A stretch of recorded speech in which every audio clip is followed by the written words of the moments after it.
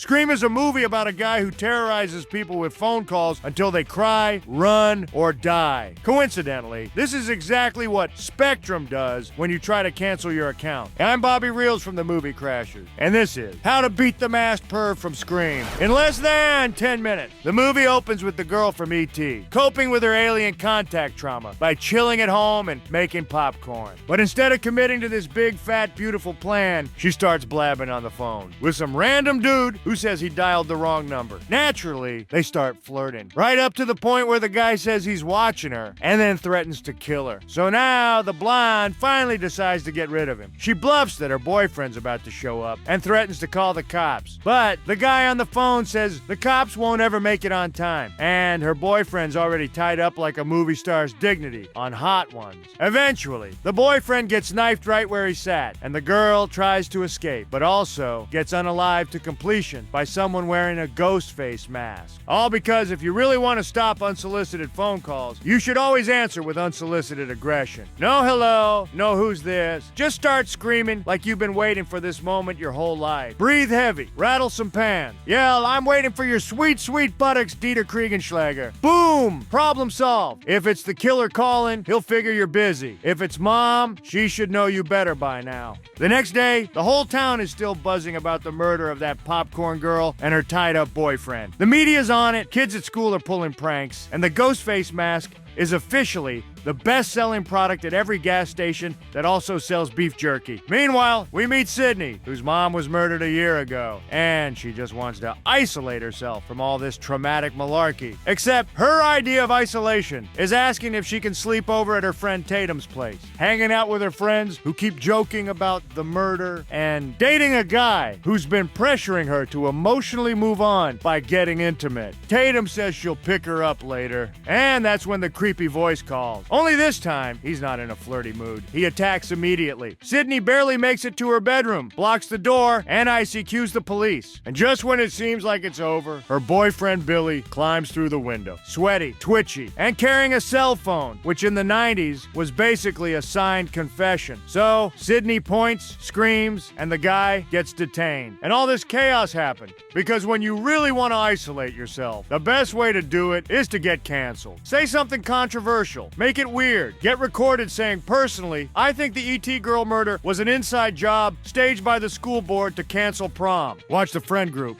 vanish. The boyfriend, gone. Tatum, silent. Reporters, scared of you now. No sleepovers, no phone calls, no window visits. Just you and the echo of your own reputation. Yeah, you won't have a job. But hey, aren't we trying to survive here? I'm just trying to be rational. With a killer on the loose, the school cancels classes. And the students immediately respond the same way Wall Street responded to the 2008 housing crisis. They throw a party. Stu, Tatum's boyfriend, hosts. Reporters are lurking in the bushes. Cops are pretending to be useful. And everyone inside collectively decides to watch horror movies together on X1. Because this was still a time when people used to have shared interests and a functioning attention span. At some point, Stu sends Tatum to the garage to grab more beers. And that's when Ghostface shows up. At first, she thinks it's just one of the guys messing around in costume. But then, he pulls out a knife, and she realizes she has to fight back. She throws bottles, hits him with the freezer door. She's actually doing great, but then she panics, runs, and tries to squeeze through the pet door. And when she gets stuck, Ghostface hits the garage opener, lifting her until her neck snaps. And this is where I have a problem with the believability of this movie, because my girlfriend would never bring me beers. Not in a garage. Not even if she's literally closer to the fridge than I am. Not even if I was dying of thirst in a desert made of Doritos. So, realistically, Tatum should have flipped off Stu the second he sent her on the deadly mission. And the only realistic scenario where Stu's girlfriend does go for the beers is if she's Slavic and they're only 2 weeks into dating. Back at the party, nobody notices Tatum's dead body still dangling in the garage, which is impressive, considering people were literally grabbing beers 10 minutes ago. Sydney, meanwhile, just wants a quiet moment with Billy. The guy's been arrested, interrogated, and released. so naturally she decides it's time to finally sleep with him. They hook up, and then, boom! Ghostface kicks in the door like he's a tech company fixer, going after a whistleblower, and stabs Billy right in front of her. Sydney screams, bolts out of the room, and gets launched into a full chase sequence through the house, down the stairs, into the attic, through secret doors like she's trapped inside an Amazon warehouse, and the exits are unionizing. She finally scrambles out onto the roof and drops down like she just realized her college debt relief ticket has been hiding at the climax of the fall impact. And you know what? What else did you expect? Why would you sleep with your boyfriend when there's like a gazillion people in the house? Of course someone was gonna burst in and ruin the moment. You ever try to be emotionally vulnerable while someone's peeling a string cheese 5 feet away? You got reporters hooking up with the police, someone's cousin hotboxing the laundry room, and Jamie Lee Curtis creating teenage boys' core memories on full blast. Where did you learn about intimacy, girl? The bonus features of a Love Island DVD? When I convince a female to copulate, I'd take her somewhere lonesome. Somewhere absolutely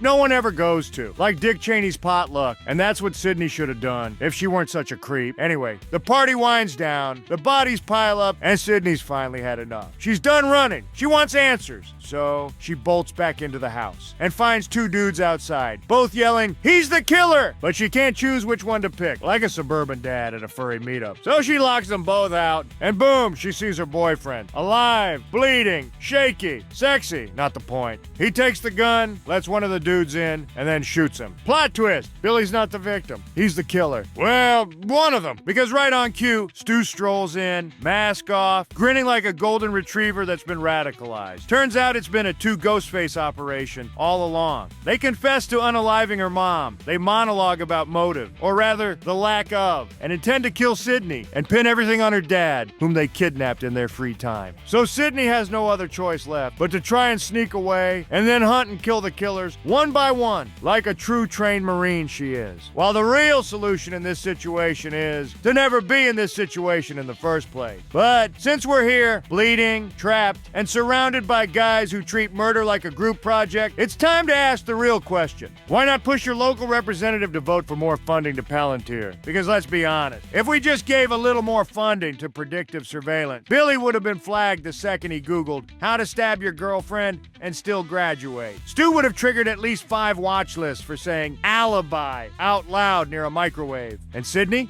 She'd be home safe, calmly enjoying her federally monitored leisure. Thanks to Palantir's real-time moral risk dashboard, we can now track teen sarcasm, abnormal obsession with horror movies, and suspicious mass purchases before they become crimes. So next time someone says, "Oh no, we're being watched," just say, "Good, because if you got nothing to hide, you got nothing to fear."